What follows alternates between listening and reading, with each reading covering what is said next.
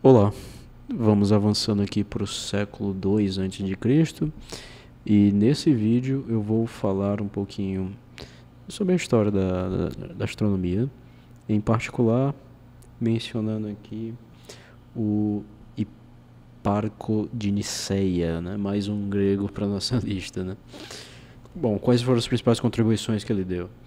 Ele criou um catálogo estelar com centenas de estrelas. Opa, vamos voltando aqui.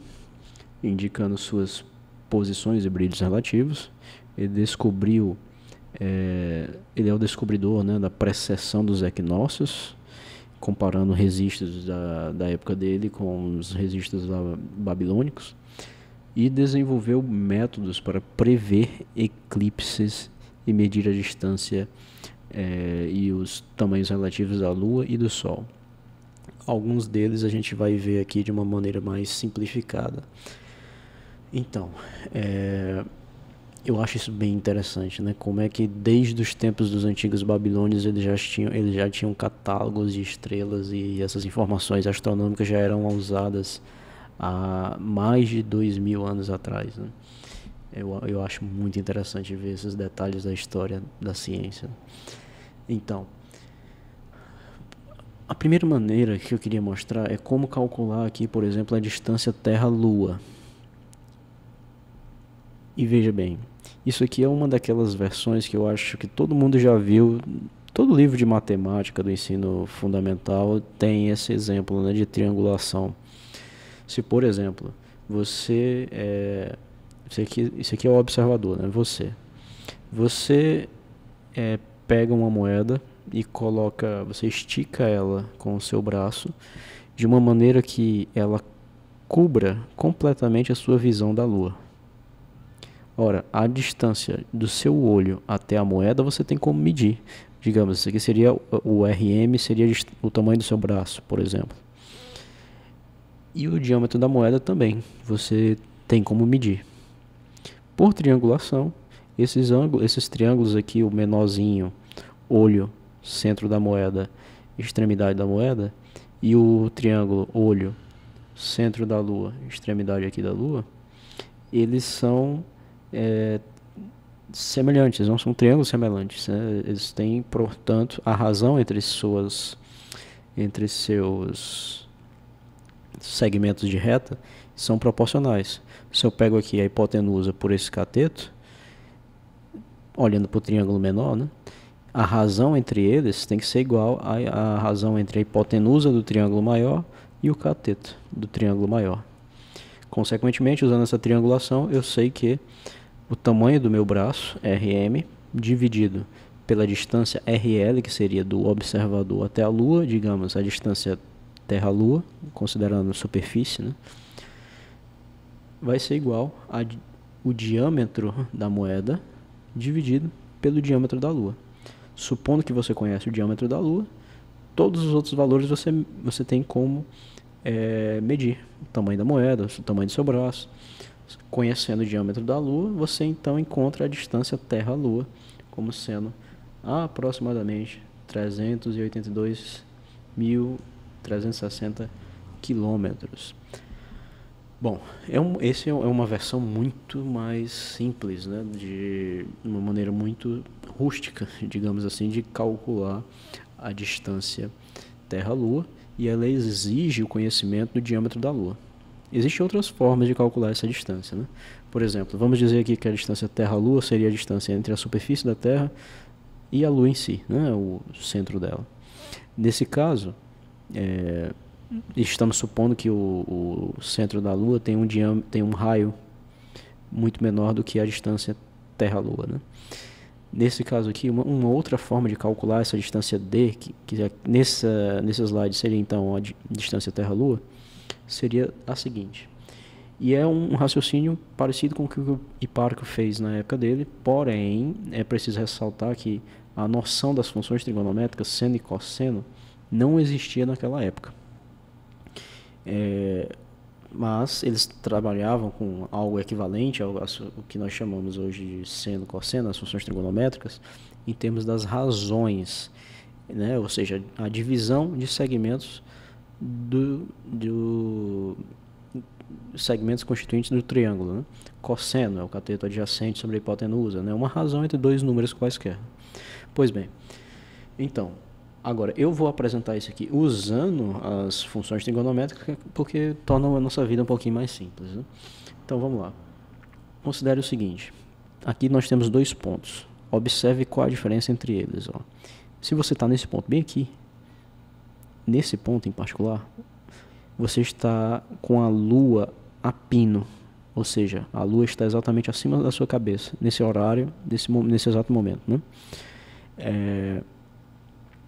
Agora, nesse outro ponto, observe que essa reta que liga o centro da Terra até você e essa reta que liga você até o centro da Lua, elas são praticamente perpendiculares, né? Coloquei aqui como se elas fossem perpendiculares, né?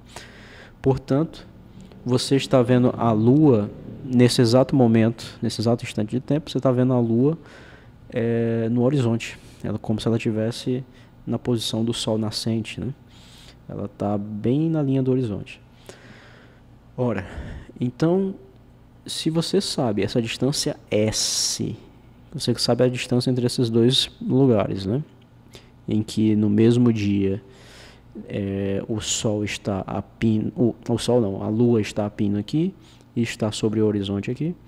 Se você sabe a distância entre esses dois pontos e você já sabe o raio da Terra, a gente já viu lá com Eratóstenes, né, como calcular o raio da Terra. Então você tem como encontrar o ângulo, porque você tem um comprimento de arco, tem o raio, tem como encontrar o ângulo, né? E é isso que você faz aqui, ó.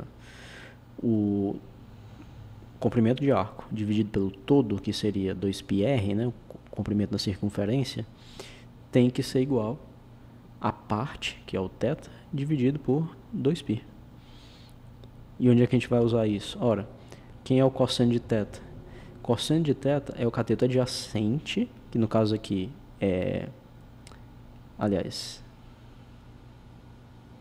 cateto adjacente aqui é o R, né? Esse R aqui, por isso que eu botei ele aqui, sobre a hipotenusa R mais D.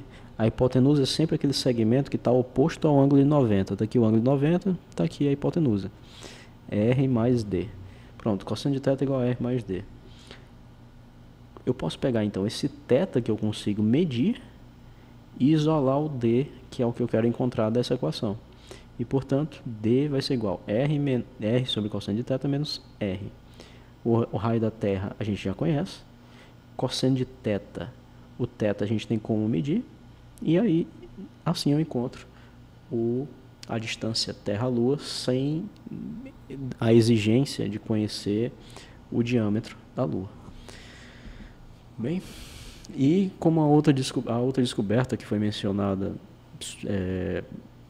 por Hiparco, né, foi a precessão. O que é a precessão? A Terra, como você bem sabe, ela gira em torno de um eixo que passa nessa direção norte-sul, né? Ela gira em torno desse eixo. Hiparco descobriu que o eixo de rotação também gira. Então, por exemplo, nesse exato momento a Terra está girando no sentido indicado pelas setas amarelas, em torno dessa linha pontilhada azul que eu estou percorrendo aqui com o mouse. Ele descobriu que a cada 25.770 anos esse eixo precessa, ou seja, ele vai girar aqui e retornar até a posição original. Se eu esperar então, por exemplo, metade desse tempo, sei lá, alguma coisa aqui em torno de 14 mil anos, 13 mil anos, alguma coisa assim, esse eixo que hoje está assim, vai estar nessa outra direção, vai estar na direção oposta em termos de rotação aqui, 180 graus, né? Ora, por que isso é importante? Vamos imaginar isso aqui em termos do movimento translacional da Terra em torno do Sol. A razão das estações do ano é causada por causa dessa inclinação que o eixo de rotação tem em relação ao movimento translacional da Terra em torno do Sol. É por causa desse eixo que uma parte do período do ano, a parte superior aqui do globo, recebe mais radiação solar do que a outra, que está aqui escondida, né?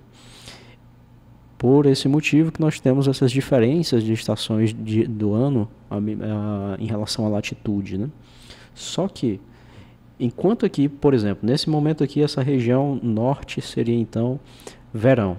E aqui no hemisfério sul nós estaríamos no inverno, né? Porque nós estamos mais escondidos do sol do que essa parte aqui que está mais exposta ao sol.